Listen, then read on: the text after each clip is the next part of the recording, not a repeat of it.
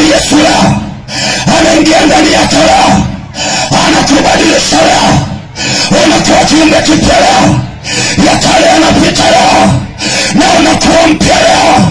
Hakusemi yoyote, akisema mbona ulifanya moja, unasema nimesamehewa.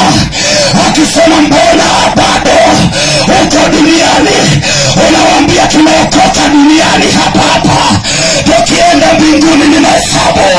Hawezi kuokoka mbinguni hata wafanya biashara, wanasemaga biashara asubuhi na jioni mahesabu.